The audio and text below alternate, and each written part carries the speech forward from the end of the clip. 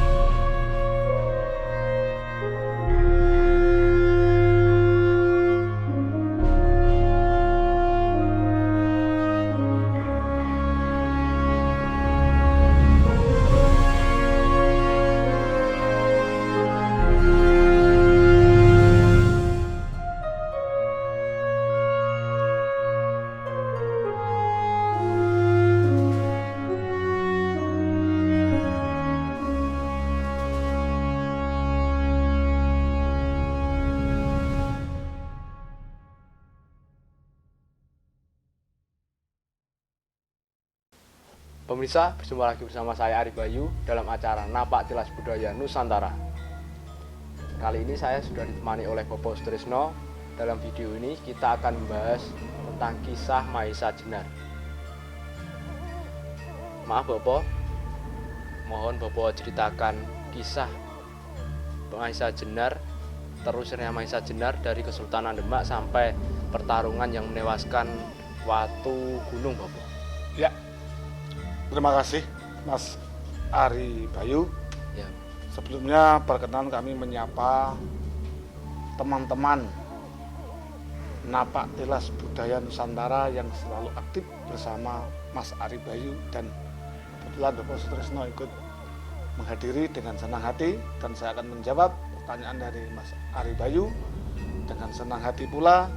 Ini suatu kebanggaan, bagaimanapun ini suatu bukti bahwa regenerasi seusia Mas Bayu pada khususnya dan teman-teman yang hadir di studio mau niat ingin mengetahui sejarah bangsanya sendiri. Dalam hal ini apalagi dengan program Napak Tilas Budaya Nusantara, dan saya mengaturkan salam untuk yang hadir dan teman-teman Napak Tilas Budaya Nusantara. Mas Ari Bayu, Ya, cerita terusirnya Mahesa Jenar dari Kesultanan Demak. Nah, berarti Demak tidak pernah, dalam arti ada saja orang yang memusuhi di kala itu, ya toh. Lah, siapa yang memusuhi? siapa? Adalah golongan-golongan ireng.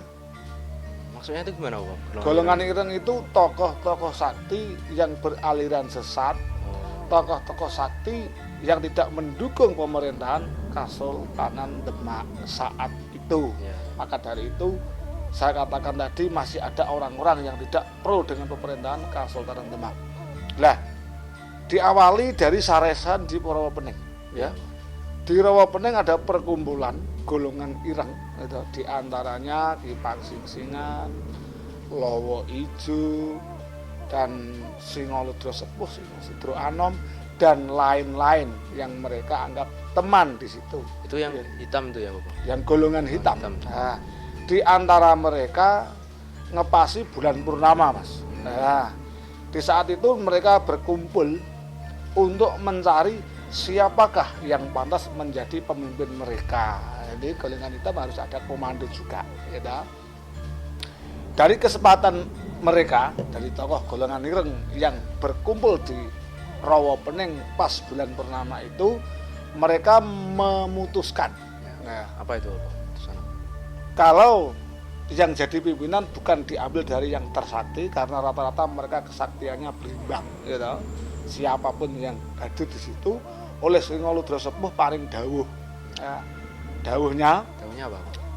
barang siapa yang bisa memiliki atau bisa mendapatkan keris Nagasasra Sabu Inten, yaitu nanti yang akan menjadi pemimpin di antara mereka. Akhirnya ada kesepakatan. Secara kebetulan mereka juga tahu posisi keris itu berada di Gedung Pusaka Demak. Nah, Pusaka itu nanti namanya apa, Bapak? Nagasasra Sabu Inten. Nagasasra Sabu Apa Inten. keris itu, Ya, keris, keris itu bernama itu tadi ya. Akhirnya kesepakatan mereka, barang siapa yang mendapatkan terlebih dahulu dan teman mereka yang mengikuti posisi teman sesama teman ya toh, harus saling membantu. Namun yang dinyatakan berhasil mendapatkan keris tentu yang bisa masuk ke Gedung Pusaka dan memegang pusaka dan membawa lari dari Gedung Pusaka Kasultanan Demak Bintoro ya toh. Mereka berbagi tugas, Mas. Ada yang membakar rumah warga, ada yang membuat geger di luar Kasultanan Demak dengan tujuan memancing prajurit-prajurit yang jaga Gedung Pusaka agar meninggalkan Gedung Pusaka. Akhirnya salah satu di antara mereka ada yang berhasil masuk ke Gedung Pusaka dan mengambil keris Nagasasra Sabu Inten. Itu yang berhasil masuk itu siapa, Bapak? Lawa Ijo. Lawa Ijo. Nah, Lawa Ijo mungkin dibantu dengan teman yang lain, mereka bahu membahu, mungkin Lawa Ijo, mungkin Ki Pasingsingan dan tokoh-tokoh hitam kebetulan berkumpul di Demak dan sekitarnya ya toh. Setelah keris Nagasasra berhasil dibawa salah satu di antara mereka, lalu prajurit Demak ada yang mengetahui kalau ada maling atau tamu yang tidak diundang masuk di Gedung Pusaka. Akhirnya karena berhubung keberadaan mereka diketahui oleh orang-orang Demak, mereka lari, Mas. Lari dengan hasil pusaka tadi dibawa di tangan mereka. Entah siapa yang membantu, kita meyakini berhasil dicuri oleh golongan hitam itu.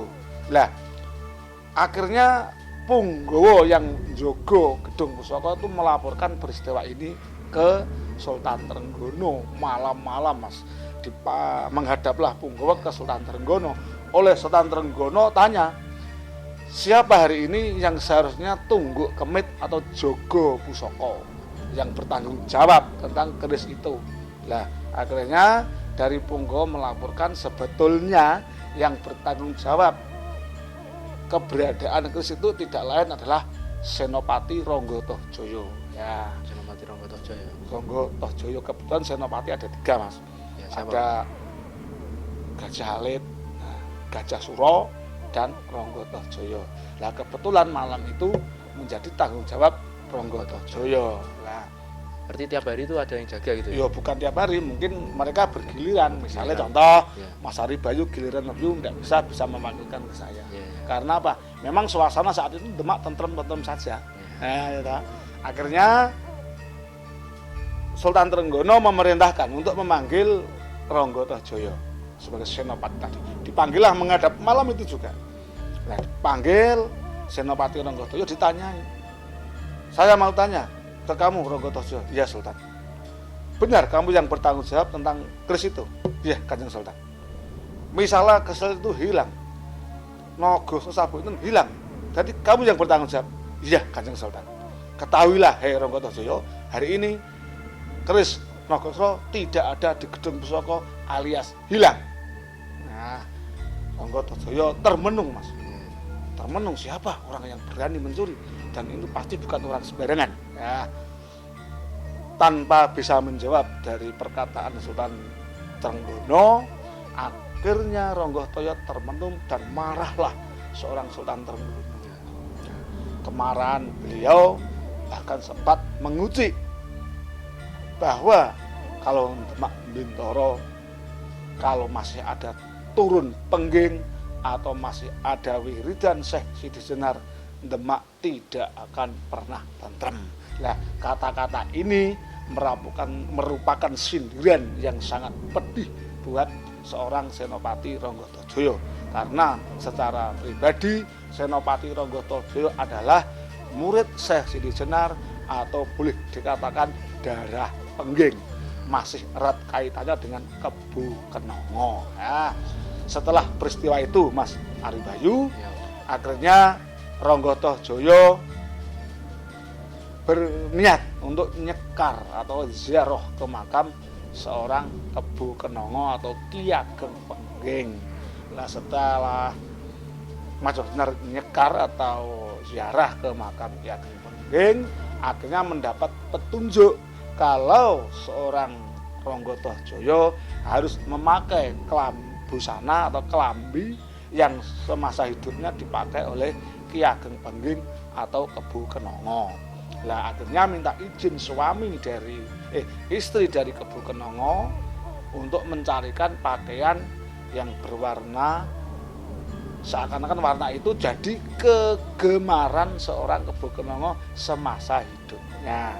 Dan oleh istri Kebu Kenongo diambilkanlah sepasang pakaian lengkap dengan melati yang disumpingkan di telinga seorang Kebu Kenongo semasa hidupnya. Persis Mas, pakaiannya ya dipakai, terus bunga ya diselipkan dipakai, dan Senopati Ronggo Tohjoyo setelah memakai pakaian Kebu Kenongo lengkap dengan bunganya bersumpah Mas. Sumpah apa, Bu?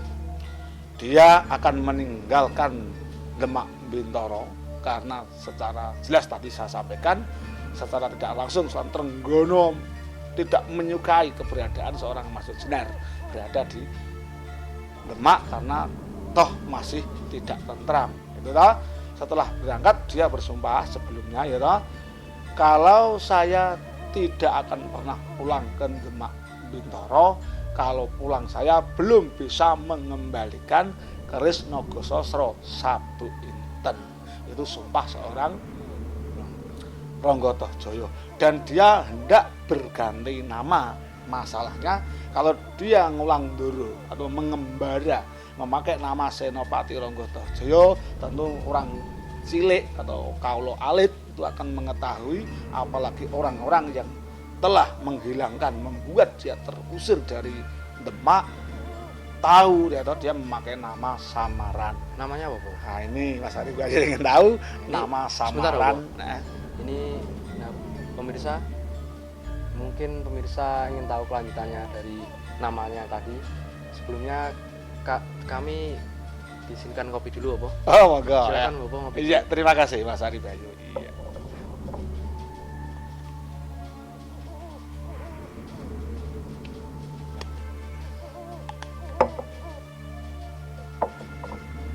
Lanjut, Bu. Oke. Tadi namanya siapa, Bu? Ronggo Tohjoyo setelah hendak meninggalkan Demak berganti nama. Untuk tujuan tadi saya sampaikan ya. Dia berpesan pada istri dari Kebu Kenongo almarhum, Bayu, sekarang kalau saya keluar dari Demak, saya kalau ditanya atau saya kenal dengan orang, maka saya akan mengatakan nama saya Maeso Jenar. Maeso Jenar. Akhirnya pergilah dengan tidak tahu kemana tujuannya, yang penting sumpahnya tidak akan pulang kalau tidak membawa keris itu. Lah, kita ambil kisah yang tempat yang lain, ya toh. Tokoh golongan ireng yang lain, ya toh. Dalam hal ini Nyai Sulastri itu juga golongan ireng, seorang pendekar wanita juga, yang mana dia masih menyembah Betari Durga, ya toh. Katakanlah semacam dewa jahat. Lah, dia itu tahu kalau bulan purnama yang akan datang dia harus mempersembahkan darah perawan. Darah perawan, dia menyuruh anak buahnya untuk mencari perawan-perawan ke desa-desa, turun gunung. Kebetulan dia bertempat di bukit yang tinggi atau gunung, memerintahkan anak buahnya untuk mencari perawan-perawan ke kampung-kampung. Dia tidak mau kalau tidak perawan, berangkatlah murid-murid itu untuk mencari perawan. Jadi mereka itu butuh darah, ya? Darah perawan ya, untuk menambah kesaktian atau untuk persembahan dan lain-lain. Lah, habislah perawan-perawan saat itu. Lah, ketika Mas Jenner sampai di lereng gunung, tahu loh ini kok ada tulang. Kalau melihat ada rambutnya panjang-panjang, itu berarti jelas itu tulang seorang wanita. Loh, di situ kok ada botol minuman, tuak dan lain, dan kalau gitu ini orang-orang yang punya watak sukanya minum dan lain-lain. Dalam hal ini golongan ireng tadi. bukan minum yang negatif, dalam arti minum yang saya maksudkan minum yang dilarang, ya. Lah, akhirnya ada kecurigaan oleh Mas Jenar, ini pasti orang-orang jahat. Lalu melanjutkan perjalanan. Ya. Lah, sesampailah Mas Jenar di desa Prambanan, Mas. Desa Prambanan itu mana, Bu? Nah, Prambanan itu ya Jawa Tengah bagian selatan, ya toh. Desa Prambanan, sampailah desa Prambanan. Ternyata desa Prambanan juga terjadi hilangnya banyak perawan-perawan tersebut. Nah, akhirnya Mas Jenar di saat mendekati tulang-tulang tadi ya ada lagi di desa Prambanan, Ya. digeroyok oleh warga desa Prambanan. Langsung dituduh kalau seorang Mas Jenar adalah pelaku penculikan, pelaku pembunuhan, hilangnya gadis-gadis itu, ya toh. Akhirnya jadi perselisihan karena memang Mas Jenar tidak melakukan perbuatan itu, ditangkap paksa dan tidak mau, terjadilah perkelahian. Lah, di saat perkelahian itu tentu tidak tandingannya seorang Mas Jenar. Mas Jenar tidak mau membunuh, hanya sifatnya kalau dia ditempeleng ya dia hanya membalas. Itu pun dengan sabarnya menerima itu. Lah, datanglah para Jogoboyo. Jogoboyo itu orang yang dipercaya oleh desa mengenai ketentraman, katakanlah pemimpin keamanan gitu. Keamanan. Akhirnya Ya. datanglah seorang Ki Dalang Mantingan, Ki Demang Penanggalan. Mereka itu yang orang yang punya nama. Ya. Karena apa? Saat itu Mas Ari Bayu berani jadi dalang, otomatis dia juga punya kemampuan. Oh, dalang. Enggak mungkin kalau dia dalang kok acak-acak, tidak mungkin, otomatis dia juga punya kemampuan tinggi. Lah, di saat ikut menegur seorang Mas Jenar dan Mas Jenar memang tidak mengakui dia tidak berbuat apa-apa, ya toh, terjadi perkelahian. Lah, di saat perkelahian di antara Dalang Mantingan dan sama Ki Demang Penanggalan, karena terpojok oleh kahanan, keadaan, ya toh, Sosro Birowo atau ilmu yang mau dicak, Mas. Nah, terpaksa mengeluarkan ilmu Sosro Birowo. Ketika tangan diangkat, datanglah Ki Asem Gede yang mana mengetahui itu jurus sebuah ajian Sosro Birowo. Akhirnya dihentikan dan Ki Asem Gede mengetahui dan memerintahkan para Jogoboyo termasuk mereka-mereka yang diberi wewenang penuh untuk jaga keamanan, tolong hentikan. Tidak usah, tolong hentikan. Gimana tapi sudah hentikan. Akhirnya Ki Asem Gede langsung nyindir, maaf, mungkin saya kilap, saya kan orang tua. Kalau dilihat dari fisiknya, kalau seorang Gajah Alit, sampean terlalu kurang kecil.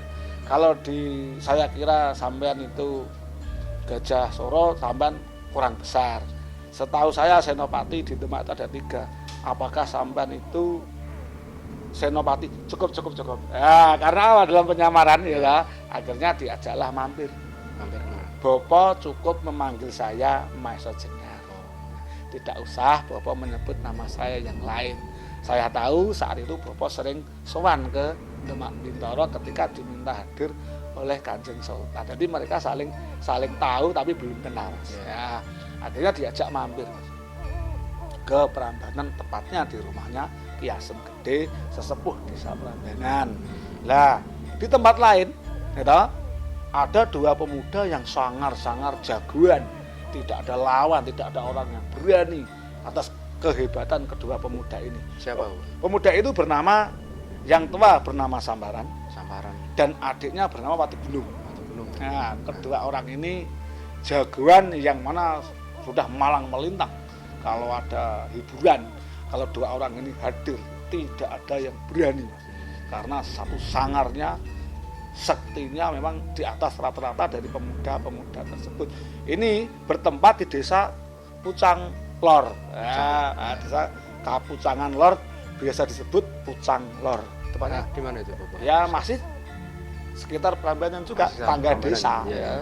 Lah, yang bernama Watu Gunung yang adiknya tadi itu juga termasuk golongan yang ikut sarasehan di Rawa Pening tadi, Mas. Nah, dia ternyata jatuh hati pada seorang wanita yang bernama Jentik Manis. Jentik Manis itu cantik, Bapak? Wah, cantik sekali. Nah, Jentik Manis itu anak dari Ki Asem Gede, orang tua yang melerai perkelahian tadi. Yang melerai Nah, Jentik Manis sudah punya suami.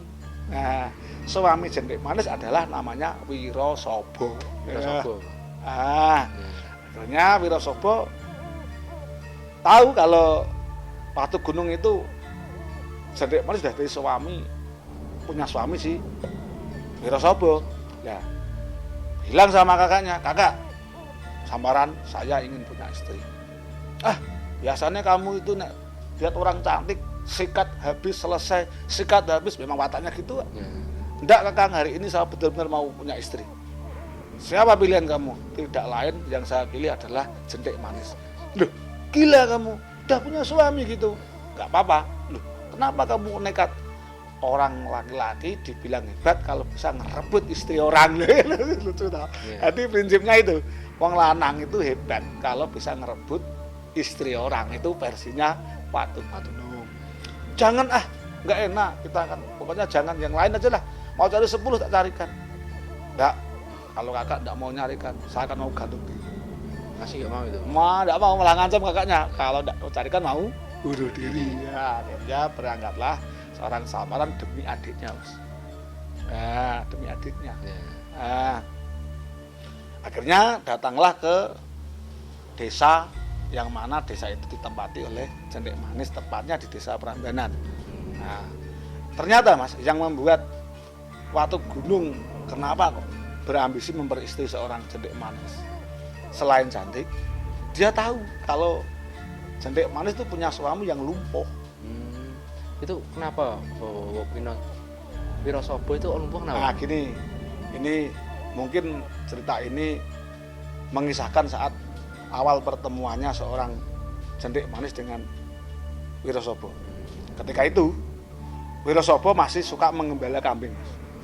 Nah, menggembala kambing, dan karena ada janji, biasa atau saat itu sudah pemuda gembala tidak apa-apa, ya tahu. Menggembala kambing di saat itu dia pakai suling. Kebetulan dia tuh punya gelar pendekar suling gading. Yang Wirosobo itu. Wirosobo itu, dia juga pendekar Mas. Ya. Pendekar suling gading, dan dia mempunyai pusaka yang ampuh. Apa bu? Kampak. Kampaknya tuh hebat sekali tuh. Tidak terlalu besar, sederhana, tapi jangan dibilang saat itu punya senjata yang ampuh sekali dan selalu disalipkan di pinggangnya. Lah, di saat dia menggembala kambing, dia janjian ternyata sama si Jentik Manis, ketemuan gitu lah. Lah, ternyata ketemuan. Lah, di saat ketemuan mereka berdua ngobrol, datanglah seorang Pradongso. Pradongso itu apa? Pradongso itu juga pemuda, anak orang kaya, dia juga hebat lah. Nah, ternyata dia juga ingin menemui Jentik Manis. Menemui Jentik Manis, akhirnya mereka menemui nasib cinta segitiga. Pradongso menyukai Jentik Manis, ya, sama-sama Jentik Manis menyukai Wirosobo, dan Wirosobo menyukai Jentik Manis. Akhirnya mereka berebut satu sama lain, tidak mau mengalah. Karena saat itu dunia preman atau dunia pendekar ya. Akhirnya Wirosobo dan Pradongso membuat kesepakatan. Apa? Kalau saya kalah, harta maklum, wajar Pradongso. Sekarang gini aja, kamu dan saya berkelahi. Siapa yang menang, itulah yang mendapatkan Jentik Manis. Jadi mereka berkelahi? Berkelahi Mas. Lah berkelahi, akhirnya Pradongso kena kampak dari Wirosobo tepat di dada seorang Pradongso. Lah, setelah kena dada, tergeletak tapi belum mati, Pradongso hendak minta maaf sama Wirosobo. Wirosobo, sebelum saya mati, saya ingin minta maaf dan ingin menyerahkan Jentik Manis, ternyata jodohnya kamu bukan saya. Lah, sebetulnya Wirosobo tidak mau mendekat Mas, tapi ya enak tidak enak, kelihatannya tulus permintaan maaf dari seorang Pradongso. Akhirnya seorang Wirosobo mendekat. Lah, di saat mendekat itulah Mas, ternyata Pradongso mengambil semacam serbuk, dilemparkan ke Wirosobo, ternyata menghindar, masih kena kakinya. Lah setelah kena serbu itu seketika itu juga Pradongso mati, namun Wirasaba sudah tidak bisa berdiri alias lumpuh seperti yang saya sampaikan Mas Iya, iya. Ari Bayu ya toh. Jadi lumpuhnya Ada- karena itu ya. Iya karena itu. Lalu ditolonglah oleh warga dan dibawa pulang karena lumpuhnya seorang Wirasaba ngelabui cinta sama Cendek Manis, akhirnya mereka dikawinkan dengan keadaan Wirasaba lumpuh. Nah, sambung berikutnya tadi kisah karena lumpuhnya kak ya. Iya, Bu. Sampean kan tanya ya toh. Cendek Manis keberadaan di rumah sedang sendirian, ditemani ban cewek-cewek. Datanglah si Sambaran Hmm. terang-terangan masuk ke rumah karena tahu kalau Wirasaba tidak mungkin menolong karena pasti di kamar nggak bangun aja tidak bisa. Lumpuh karena. Lumpuh. Cendek Manis langsung dipegang, dipangkul, bawa pulang. Nah, Itu nggak tahu ya Wirasaba itu. Ya tahu tapi itu laporan Iya. ban-ban itu cewek-cewek temannya tolong Sambaran membawa lari Cendek Manis kan gitu tuh Pak. Iya, Lah, seorang Wirasaba ya hanya duduk manis iya. karena dia tidak mampu lari atau berdiri. Akhirnya dilaporkanlah peristiwa ini ke Asem Gede.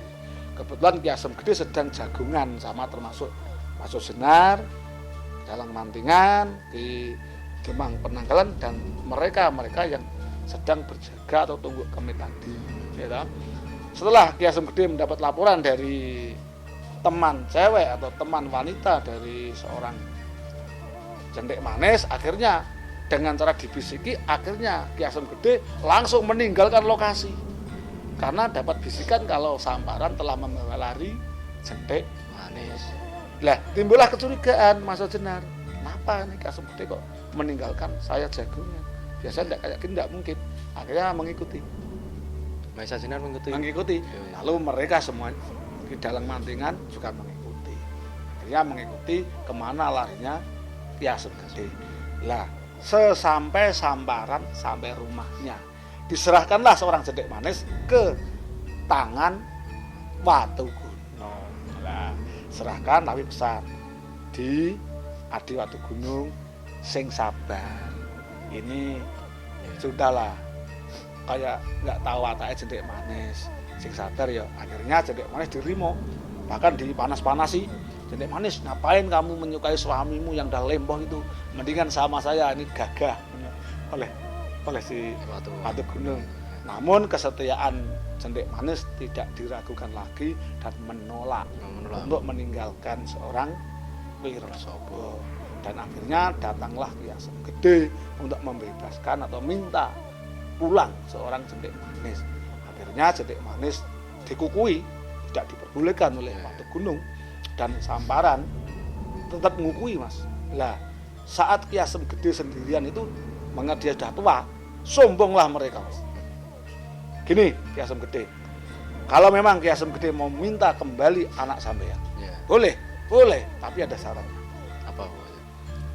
Kalau Ki Asem Gede bisa mengalahkan adik saya Watu Gunung. Ini di sini yang buat aturan saya. Saya tidak mau pakai aturan di Demak. Nah itu kata si dengan sombongnya Watu Gunung dan Sambaran. Sekali lagi boleh bawa pulang seorang Cendek Manis karena saya mencuri dan taruhannya nyawa saya. Sekarang boleh bawa pulang kalau bisa mengalahkan adik saya Watu Gunung. Nah, si Asem Gede udah tua ya tidak mungkin. Iya, iya. Nah, apa saya boleh cari pengganti saya? Boleh. Siapa? Bu? Kamu boleh cari jago siapa saja boleh. Boleh. Artinya Nah, tapi dengan syarat lagi. Apa? Bu? Nah, seorang Sambaran tahu toh, dia kan preman. Ya. Katakanlah dia tuh pendekar juga ya. Boleh mewakili Ki Asem Gede berantem sama Watu Gunung selain Dalang Mantingan. Berarti seorang Sambaran, Watu Gunung juga khawatir kalau yang maju berkelahi melawan atau memulangkan itu Watu Gunung dilawan oleh seorang Dalang Mantingan. Boleh ya? Ya. Selain Dalang Dalang Mantingan. Mantingan. Akhirnya secara tidak sengaja datanglah Mas Senar mendengar pembicaraan itu. Saya jagone Asem Gede. Ya, itu. Akhirnya oleh seorang Asem Gede, jangan ya nanti itu wataknya mereka itu sadis, watak mereka itu tanpa ampun. Sudah, boh saya minta santai. Akhirnya dengan sombongnya seorang Watu Gunung dan Sambaran, siapa kamu? Kok berani jadi jagonya Asem Gede? Saya belum pernah lihat kamu. Siapa namamu? Jangan sampai kamu mati tanpa saya ketahui namanya. Sombong kan? Iya. Nama saya Masyo Jenar. Siapa itu Masyo Jenar? Tidak kenal saya. Gini, apa kamu ingin makan dulu sebelum berantem? Apa kamu ingin minum dulu sebelum berantem? Naluri seorang Masyo Jenar tahu. Jangan-jangan saya makan nanti diracun. Ya. Jangan saya minum nanti diracun. Udah, tidak usah. Kita berantem apa adanya. Janji lah ya. Kalau saya menang, Jentik Manis boleh dibawa pulang oleh Ki Asem Gede. Kalau saya kalah dan mati, saya ikhlas. Akhirnya malah tempat untuk berkelahi antara Watu Gunung dan seorang Masyo Jenar. Dan yang jadi taruhannya adalah Jentik Manis. Dan mereka sepakat tidak boleh membantu satu sama lain. Nah, kalaupun nanti Sambaran membantu Watu Gunung, maka Dalang Mantingan akan membantu Masyo Jenar. Ada kesepakatan Watu Gunung berkelahi dengan Masyo Jenar tanpa boleh satu sama lain dibantu. Nah, di saat berkelahi itu Mas, Ya. berkelahi kalau Masyo Jenar dipukul jatuh bangun lagi. Kalau dipukul jangan lagi. Setelah memukul dia sok ketawa. Memukul ketawa itu memang khasnya seorang Watu Gunung. Lah, di saat suasana semakin tidak terkendali, mengingat seorang Masyo Jenar terdesak karena memang diakui seorang Watu Gunung sakti, dikeluarkanlah aksi Sosro Biru. Sosro Biru dihantamkan ke kepala seorang Watu Gunung, pecah seketika kepala seorang Watu Gunung. Langsung pecah, Pak. Pecah, Mas. Nah, akhirnya Berarti yang menang itu siapa, Bu? ya Masyo Jenar. Masyo Jenar ya. Dan Watu Gunung tewas dengan kepala pecah kena ajian Sosro Birawa milik dari seorang Masyo Jenar. Akhirnya si Watu Gunung mati dan Sambaran mengakui kalau adiknya kalah dan dia minta untuk hidup dan tidak dilanjutkan, dan dia menyerah lah ya. Dan lalu oleh Masyo Jenar tanya, maaf Sambaran, tolong ya jangan dilanjutkan, cukup adikmu yang jadi korban. Lah kalau bisa tolong saya minta tahu, kenapa adik kamu kalau berkelahi sesekali ketawa kok seperti Watu Gunung? Jangan tanya itu, jangan sebut nama Pak Lowo Ijo. Kenapa? Sekali lagi saya tanya, kok ketawa mirip sekali dengan Lowo Ijo? Mungkin dari pemikiran seorang Masyo Jenar erat kaitannya dengan hilangnya keris Sabuk Inten gitu ta. Akhirnya baru saja Sambaran mau mengaku ada semacam keris yang terbang mengenai tangan seorang Dalang Mantingan. Tidak diketahui itu pusaka siapa, namun dengan tujuan mungkin mau melempar ke Sambaran agar tidak membocorkan rahasia tersebut. Demikian tadi ya Mas ya. Akhirnya Sambaran ikut atau manut sama Masyo Jenar dan berencana mengembalikan Jentik Manis ke tangan Wirosobo karena yang mencuri seorang Sambaran. Akhirnya demikian tadi sebuah cerita terusirnya seorang Masyo Jenar ya Senopati Ranggodojoyo dari Kasultanan Demak dan meninggalnya atau tewasnya seorang Watu Gunung oleh Sosro Birawa, ilmu dari Masyo Jenar atau Ranggodojoyo. Demikian Mas Ari Bayu, kurang lebihnya saya mohon maaf, dan apabila ada kesalahan dalam bercerita ataupun kesamaan dengan versi lain, saya mohon maaf yang sebesar-besarnya. Yakinlah belum tentu saya benar dan belum tentu Anda salah. Demikian Mas Ari Bayu. Terima kasih Opo atas kisah-kisahnya tadi. Mudah-mudahan nanti bisa diceritakan lagi kisah-kisah lainnya lagi ya Opo ya. Pemirsa, itu tadi kisah yang diceritakan oleh Bopo. Mudah-mudahan bisa bermanfaat untuk kita semua. Apabila ada salah-salah kata, kami mohon maaf. Jangan lupa ikuti video kita selanjutnya. Salam Napak Tilas Budaya Nusantara. Salam